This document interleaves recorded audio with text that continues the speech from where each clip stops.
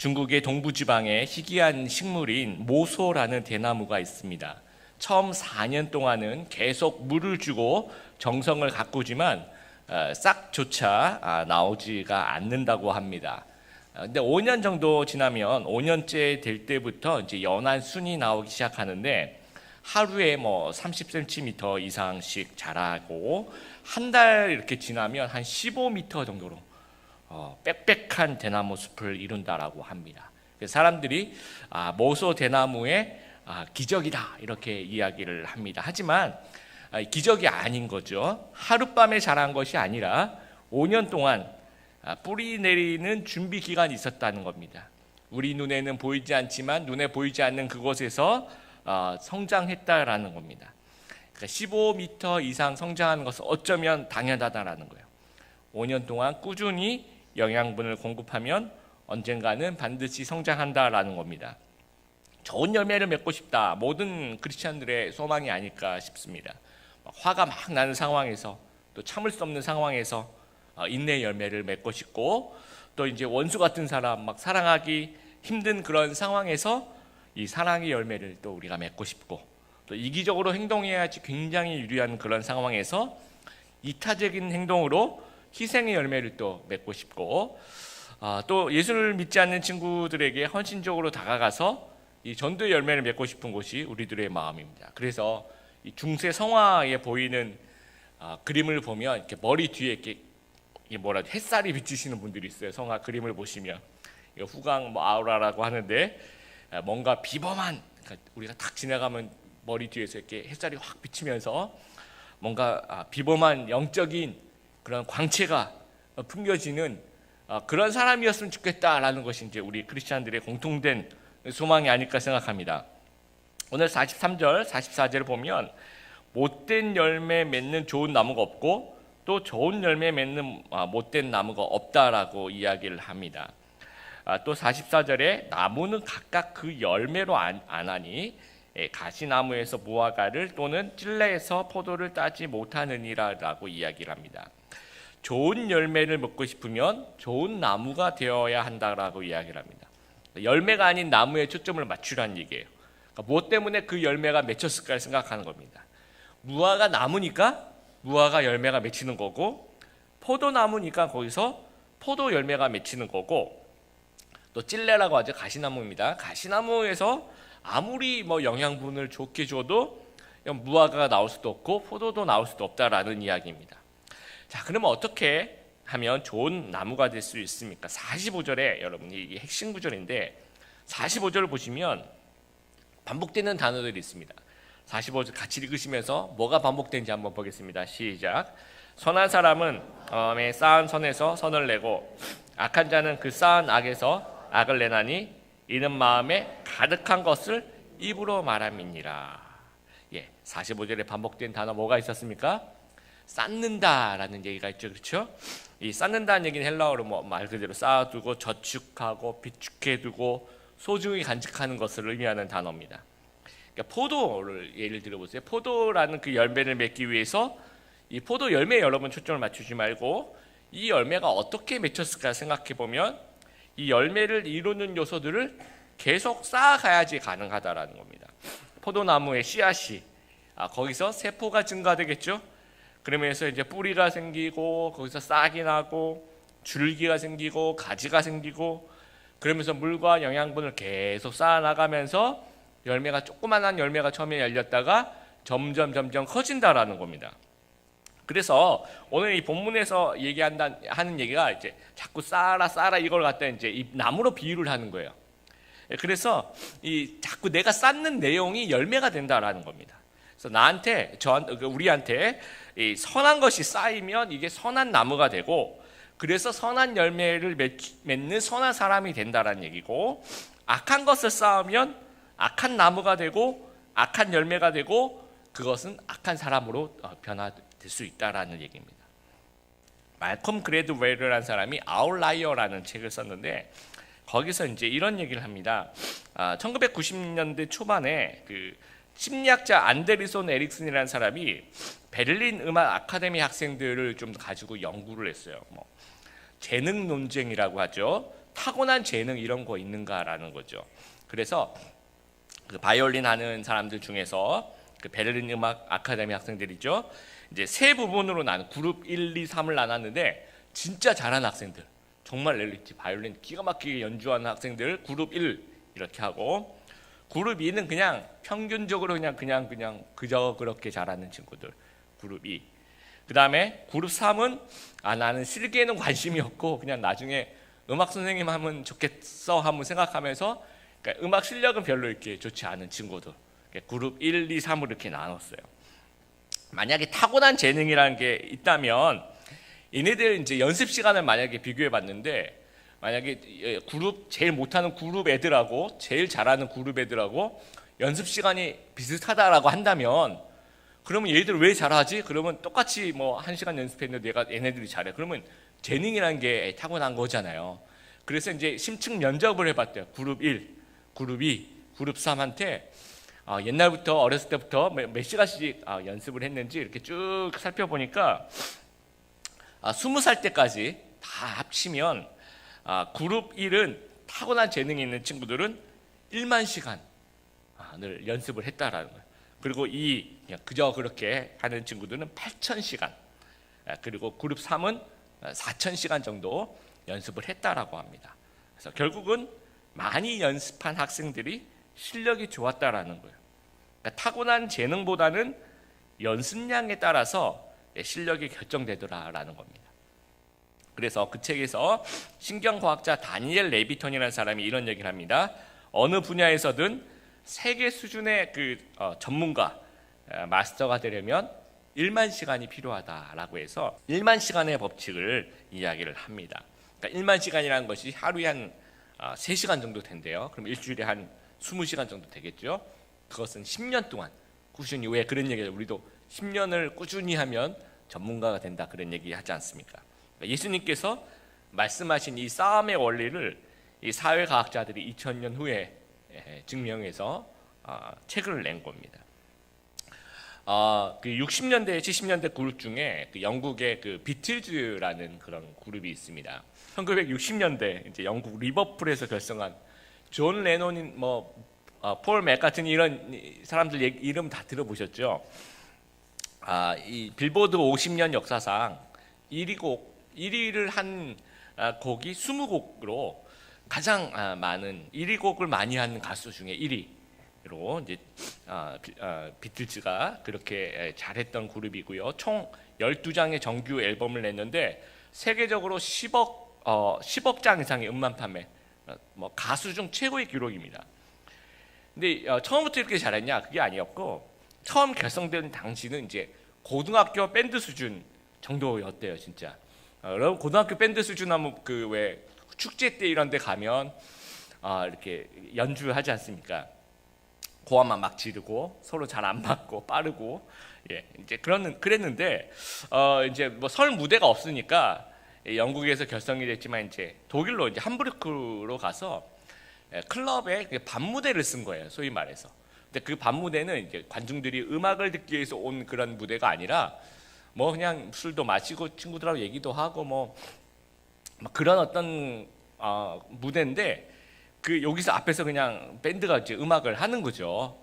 그러니까 사람들이 이렇게 지켜보는 그런 곳이 아니라 그냥 이제 하는 겁니다. 하는데 하루에 이제 8시간 정도를 이제 했다라고 해요.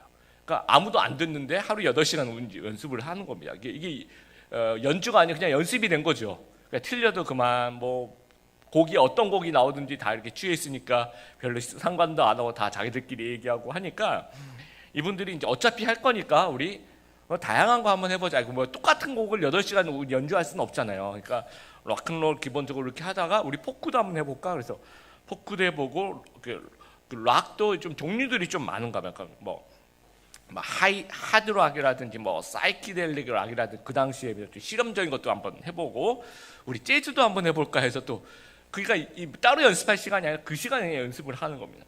재즈도 해보고 팝도 해보고 뭐 블루스도 해보고, 너무 심심하면 컨트리 음악도 한번 해보고, 뭐 아무도 신경 안 쓰니까 그렇게 하루 8시간씩 3년 넘게 거의 10,000시간 이상, 10,000시간 이상 연주를 했더니 완전히 확 달라진 거예요. 그리고 연습 어떤 그 실력도 실력이지만 그 음악성이 막 이것도 저것도 해보다 보니까 그 비틀스의 음악을 들으면 진짜 요즘 들어도 괜찮은 노래들이 꽤 있습니다. 그럴 정도로 이 폭넓은 음악성을 가지게 되었다라는 거죠. 그것이 꾸준히 무엇인가를 쌓아갔을 때 이 그런 게 나온다라는 겁니다. 우리 싸움의 원리는 그 질량 보존의 법칙, 우리 물리 시간에 배웠던 기억나시죠? 투입된 것이 없어지지 않고 어딘가에 남아 있다라는 얘기입니다. 질량 보존의 법칙과 비슷해요. 너무 어렵게 생각하지 마시고 이제 추석이죠, 그렇죠? 추석 끝나면 꼭 살이 찝니다. 왜 살이 찔까요? 질량 보존의 법칙. 어딘가 내가 먹은 음식은 그대로 이제 남아서 무엇인가 작용을 하는 거죠. 영적인 질량 보존의 법칙은 내 안에 쌓인 영적인 요소들은 어딘가에 남아서 영향을 끼친다라는 겁니다. 그래서 예수님이 이제 45절에 그런 얘기를 하는 거예요. 너희 신앙생활 정말 잘하고 싶니? 그러면 영적으로 좋은 것을 쌓아가라라고 이야기를 하고 있습니다. 구약의 신명기 여러분 6장 우리 주보의 설교 노트에 나와 있는데 한번 신명기 6장에 나타난 싸움의 원리, 자 7절 한번 읽어보겠습니다. 시작. 집에 앉아 있을 때나 길을 걸어갈 때, 자리에 누웠을 때나 자리에서 일어날 때 그 말씀을 가르치라는 얘기죠. 그 다음에 8절 같이 읽어보겠습니다. 그것을 써서 손에 메고 이마에 붙여서 항상 기억하고 생각해야 된다. 자 9절 한번 보세요. 9절. 여러분의 집 문설주와 대문에도 써서 붙이십시오. 뭘 써서 붙이고 메고 다니고 뭐 누웠을 때 자리에서 일어날 때 암송하고 가르쳐야 된다고 합니까? 하나님 말씀을 얘기하는 거예요. 그럼 이렇게까지 해야 되는가라고 이야기한다면 이렇게까지 해야 된다라는 겁니다. 좋은 열매를 맺기 위해서 이렇게까지 우리 안에서 자꾸 좋은 것들을 쌓아 나가야 된다라는 거죠. 1년 동안 이제 제자 훈련 합니다. 그러면 1년 동안 제자 훈련하는 그 기간 동안은 굉장히 좋아집니다. 신앙도 좋아지고 막 기도도 열심히 하고. 그런데 이제 그게 끝나고 뭐 리더를 한다든지 그러면 오히려 신앙이 별로 안 성장해요. 어떻게 보면 되게 당연합니다. 왜냐하면 그 1년 동안 여러분들 그 제자 훈련하면 뭐 일주일에 아무리 못해도 한 10시간 이상 투자해야 됩니다. 10시간 조금 더 넘게 투자하면 그거를 30주를 우리가 15주 하게 되면 보면 한 300시간 정도 되는 거죠. 그래서 1년에 300시간을 신앙을 위해서 이제 투자하는 거죠. 주일 예배 시간을 제외하고 개인적으로 하나님께 신앙을 드리는 그런 시간이. 그렇다면 리더가 되면 이 300시간을 개인적으로 드리냐? 또 그렇진 않거든요. 그러니까 신앙이 줄어들 수밖에 없다라고 생각합니다. 그리고 그러면 왜 1년 동안 했는데 왜 사람이 조금만 변하고 이렇게 확 변하지? 조금만 변하나 이러면 1만 시간 너무 못 미치는 거예요 지금. 여러분 제자훈련 1년 하면 제가 개인적으로 드리는 시간이 한 300시간 된다 그랬죠. 그러면 1년에 그러면 1만 시간 되려면 이거 몇 번 해야 됩니까? 30년 해야 되는 거죠. 무슨 얘기인지 알겠죠? 그러니까 저희들이 많이 투자한다고 생각하지만 실제로 많이 투자하는 거 아니라는 거죠. 그 이단들 뭐 신천지라든지 이런 사람들 거기 잠깐 다녀온 친구들 뭐 얘기를 들어보면 그 교육량이 엄청납니다. 그러니까 잘못된 거를 이제 막 엄청나게 가르치는 거죠. 그러니까 뭐 우리 그 제자 훈련하는 것에 최소한 2배 내지 3배는 계속 그 잘못된 것을 이제 세뇌를 시키는, 계속 주입을 시키니까 그 시간을 1년, 2년, 3년 이렇게 되면 사람들이 희한하게 이제 성경도 원래 우리가 읽던 그대로 읽지 않고 이상한 방식으로 또 그게 몸에 배인다는 거죠. 그러면 우리는 그런 어떤 잘못된 신앙을 가진 사람들보다 훨씬 더 많은 것을 쌓아 나가야지 진리를 전파할 수 있다라는 사실 여러분 꼭 기억하게 되길 바랍니다. 그래서 혹시 내가 세속적인 크리스찬으로 살아가고 있다라고 혹시 생각한다면 뭐 안 그러신 분들도 많이 계시겠지만 가끔씩 우리 안에 내가 좀 너무 세속적인가 이렇게 생각이 든다면 그 이유는 뭐냐면 내 안에 세속적인 것들이 오랫동안 쌓여서 나오는 거예요. 대부분의 크리스찬들이 신앙적인 것이 아니라 세속적인 부분에 굉장히 노출되어서 살아가고 있습니다. 주위가 온통 세속적인 부분이에요. 뭐 TV나 드라마나 뭐 예능 프로그램, 뭐 영화나 동영상 이런 거 기저에 흐르는 것은 인본주의 사상이에요. 결국은 우리는 인본주의 사상을 우리 성경에서 가르치는 건 아니잖아요. 하나님을 가르치는 거잖아요. 영원한 나라를 가르치는 거잖아요. 근데 실제로 우리 일상생활에 보내면서 그런 인본주의 것들, 그래서 제가 그 엠넷이라는 그 사이트에 들어가서 1년 단위를 한번 봤어요. 우리 2018년 아직 안 지나갔으니까 작년에 2018년 2017년이죠. 2017년 연간 차트 1년 내내 제일 많이 우리 국민들이 좋아했던, 제일 많이 듣고 그랬던 노래가 뭔지 아세요, 여러분? 궁금하시죠? 예. 에일리가 부른 첫눈처럼 너에게 가겠다. 도깨비 OST. 지금 막 그 제목이 나오자마자 은혜 받으신 분들 계십니다. 그리고 2위가 뭐냐면 이 볼빨간 사춘기에 좋다고 말해. 예. 그래서 제가 이게 노래를 한번 들어봤어요. 도대체 어떤 노래일까? 그래서 유튜브에 가서 들어봤는데 노래는 둘째 치고 제가 깜짝 놀랐던 게 클릭 수가 거의 4천만이 다들 넘어가더라고요. 그러니까 뭐 물론 이제 한 사람이 중복해서 많이 들어봤겠지만 유튜브를 전 국민이 다 수치상으로는 그렇습니다. 어마어마한 어떤 클릭 수를 보면서 이 어떤 도깨비 OST가 뭡니까? 이게 철저히 인본주의자, 그 우리나라 전설에 나오는 진짜 귀신 신나라 까먹는 그런 소리를 하는 겁니다. 실제로 그래요. 근데 공유가 나오니까 그게 너무 멋있어 보이는 거예요. 예, 그렇죠. 공유가 아니라 뭐 다른 개그맨이나 이렇게 나왔으면 이런 OST가 있지도 않았겠죠. 다 멋있는 사람이 나와서 이렇게 멋있게 포장하니까 그렇지 실제로는 그냥 전설의 고향인 거예요. 전설의 고향. 그렇죠. 예. 그러니까 그런 인본주의적인 생각을 이제 이게 이런 거 그러니까 이것 자체가 죄가 아닌데 계속해서 우리가 이제 노출이 되어 있지 않습니까? 아주 하루에도 뭐 몇 시간씩 이렇게 노출이 되어 있다 보니까 우리의 생각이 이게 하나님에 대해서 노출이 많이 되어 있어야지 우리 어떤 하나님에 대한 영적인 그 지식이 쌓이고 이렇게 되는데 이 세속적인 것들이 이렇게 많이 쌓이다 보니까 나도 모르게 중요한 순간에 이제 이런 쪽으로 생각이 이렇게 간다든지 뭐 공유 같은 남자라면 도깨비라도 난 결혼할 거라고 막 그를 따라 지옥까지 갈 거라고 이렇게 뭐 나도 모르게 그래도 되나 이런 헷갈리는 그런 생각들을 하게 된다는 거죠. 그럼 우리는 영적인 것을 쌓는데 하루에 얼마 정도 시간을 투자할까요? 한번 생각해 보세요. 평균적으로 우리 하루에 1분, 하루에 10분, 하루에 1시간. 너무 좋습니다. 1시간. 예, 보통 30분, 10분. 개인적으로 모르겠습니다. 여러분 다 개인차가 있으실 건데.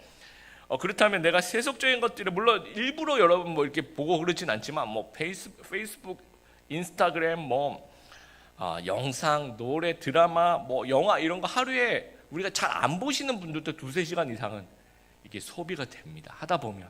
그렇죠? 그러면 우리가 어디에 영향을 더 받을까요? 당연히 많이 노출되는데 영향을 받을 수 없다. 이건 압도적인 차이입니다. 혹시 여러분 중에 내 신앙이 왜 이렇게 잘 안 자라지? 라고 생각하는 분이 있다면 나에게 인풋이 적기 때문이라는 것 기억하게 돼요. 인풋이 없는데 어떻게 아웃풋이 나올 수 있겠어요? 인풋이 적다라는 거죠.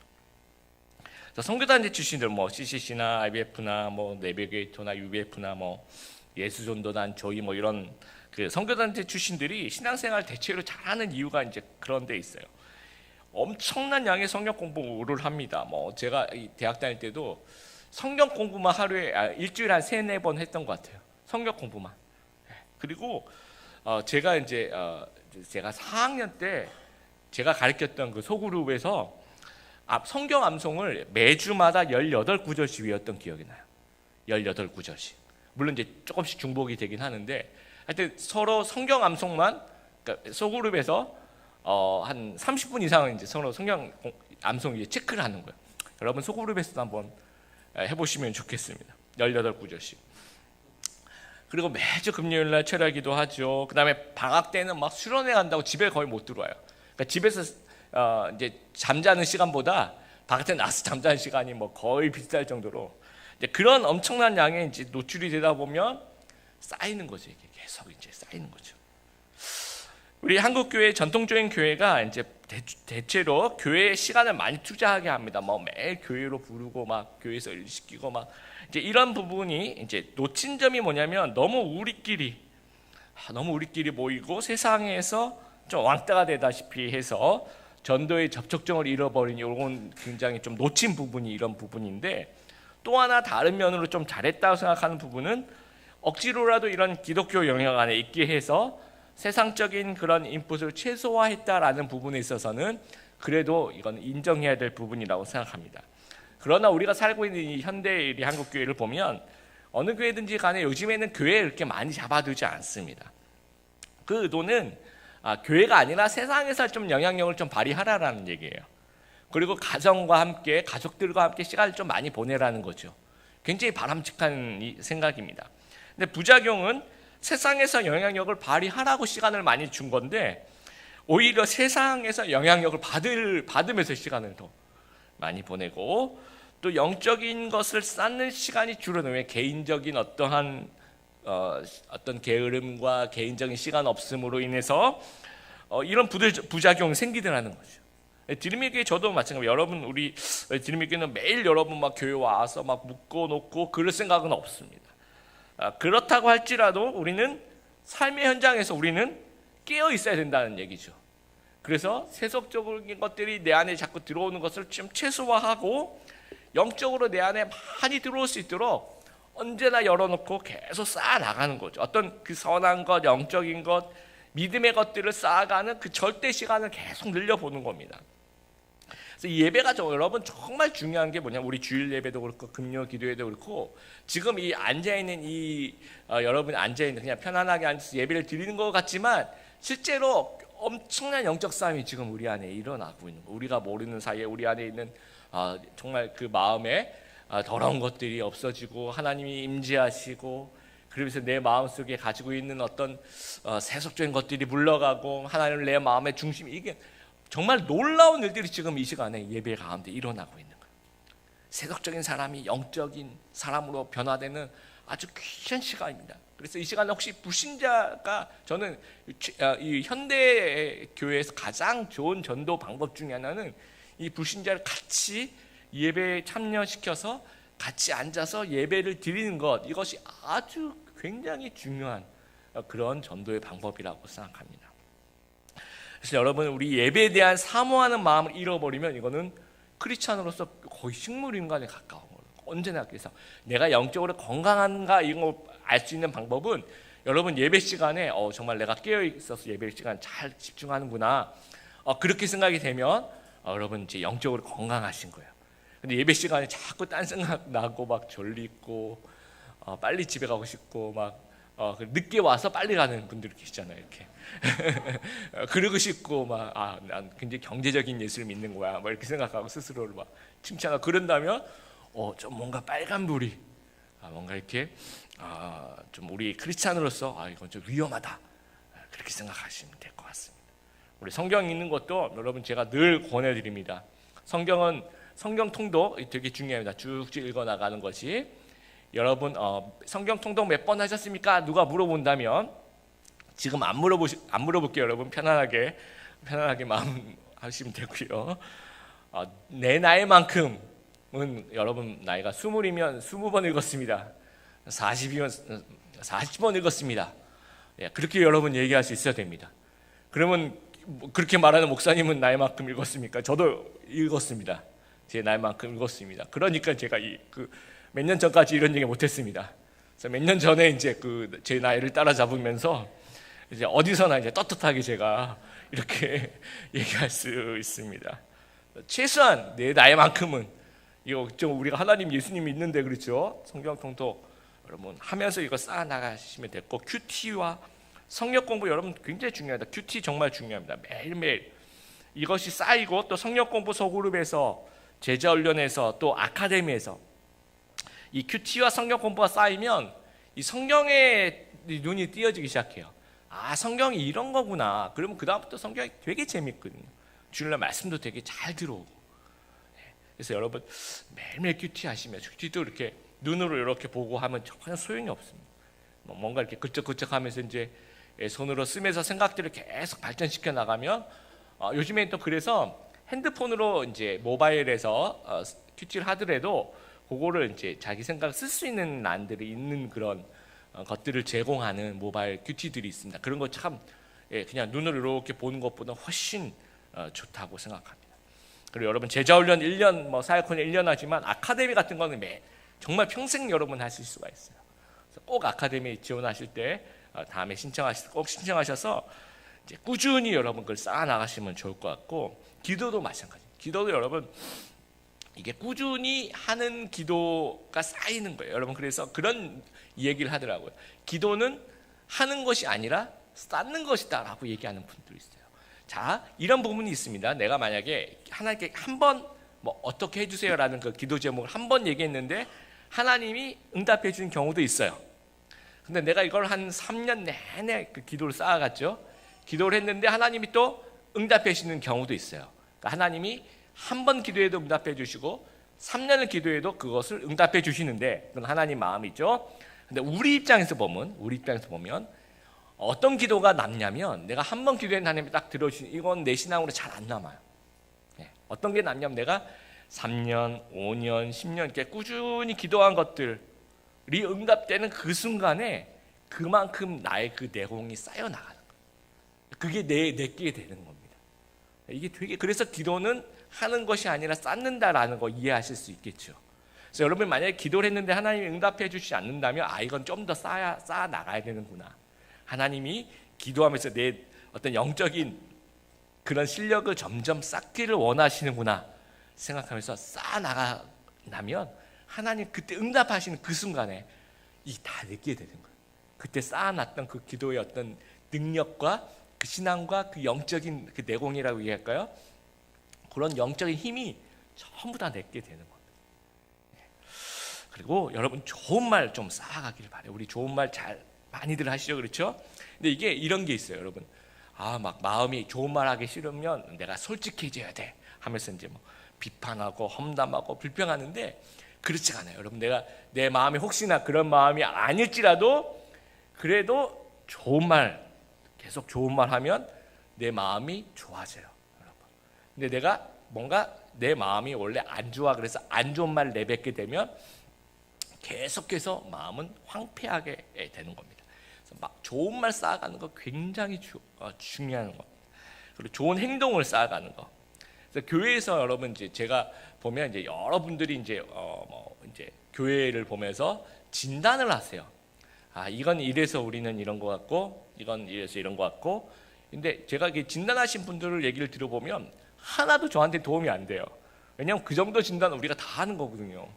그럼 교회에서 어떤 인물이 필요하냐면, 목사님 이렇게 보니까 우리가 이게 좀 부족한 것 같은데 제가 좀 이렇게 섬기면 안 되겠습니까? 이런 사람이 진짜 일꾼이라는 거예요. 이런 사람이 필요한 거예요. 그러니까 제가 하겠습니다 하는 일꾼이 필요한 거지, 진단은 여러분 이미 누구나 다 할 수 있는 거예요. 이거는 그거 한다고 해서 좋아지거나 그렇게 되는 것이 아니고, 그래서 결국은 이렇게 제가 하겠습니다라고 얘기하면서 실천을 하는 사람들 있죠. 이 실천은 이제 쌓여 나가는 거예요. 정말 이 실천이 쌓이면 이 실력이 되는 겁니다.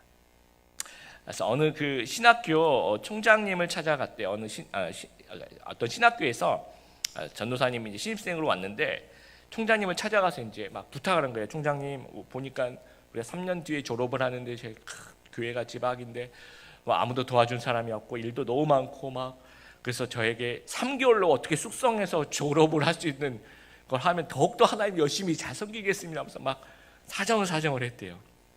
그랬더니 그 신학교 총장님이 이제 전도사님 잘 들어보세요 하면서 이제 이런 얘기를 해줬다는 거예요. 이 콩나물 같이 자라는 데는 한 일주일 정도 물 주면 그렇게 된대요. 근데 참나무는 이런 어떤 멋있는 참나무가 되는데 몇십 년이 걸리고, 일단 그런 멋있는 참나무가 되면 수명이 거의 200년이 넘고요. 최소한 지금 조선시대부터 내려오는 참나무, 그러니까 수명이 1000년이 넘는 참나무도 여러 개가 있어요. 아주 오랫동안 그 자리를 지키며 거목이 되는 거죠, 그렇죠? 그래서 이제 전도사님한테 이렇게 물어봤대요. 전도사님, 콩나물 같은 그런 사람이 될래요? 아니면 참나무 같은 사람이 될래요? 그랬더니 이제 전도사님이 무슨 말인지 알아들었던 거죠. 여러분 우리도 한번 그렇게 생각해 보길 바래요. 우리가 이런 콩나물 같은 그런 크리스찬이 되고 싶습니까? 아니면 이 참나무처럼 이런 거목의 크리스찬이 되고 싶나요? 그것은 우리가 아주 오랫동안 무엇을 쌓아가느냐, 꾸준히 무엇을 쌓아가느냐에 따라서 달라진다라는 겁니다. 여러분, 이 싸움의 원리는 이 반대의 경우도 적용이 됩니다. 내가 영적인 것에 무관심해서 자꾸 다른 것, 좋지 않은 것, 세속적인 것 이런 거 막 쌓아가는 거예요. 그러면 나는 이 영적인 사람이 아니라 점점 영적인 것에 무관심한 사람이 되어가는 거예요. 이것도 반대의 원리도 적용이 된다라는 겁니다.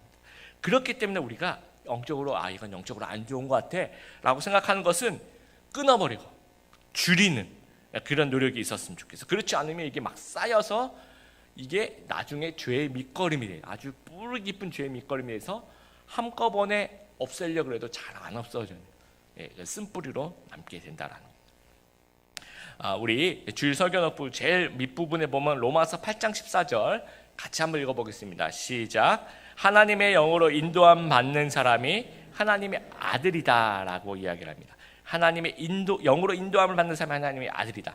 자, 성경에 특히 헬라어 신약 성경에 아들이라고 표현할 때는 두 가지 뜻으로 이제 많이 쓰이는데, 첫 번째는 미성숙한 아들, 우리 애기라고 얘기할 때 그 아들, 미성숙한 아들을 얘기할 때 쓰는 이제 테크논이라고 이제 그런 단어를 쓰고, 후이오스라고 이제 두 번째는 성숙한 아들이다라고 이제 다 장성해서 성숙한 아들을 얘기할 때 이제 단어들이 틀립니다.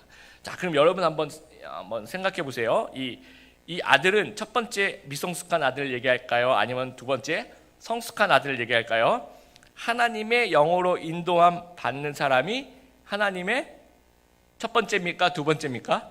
성숙한 아들을 얘기하는 거예요. 두 번째 뜻입니다. 그러니까 하나님의 영으로 인도함을 받는 거예요. 그러다 보니까 성숙한 아들이 된다라는 겁니다.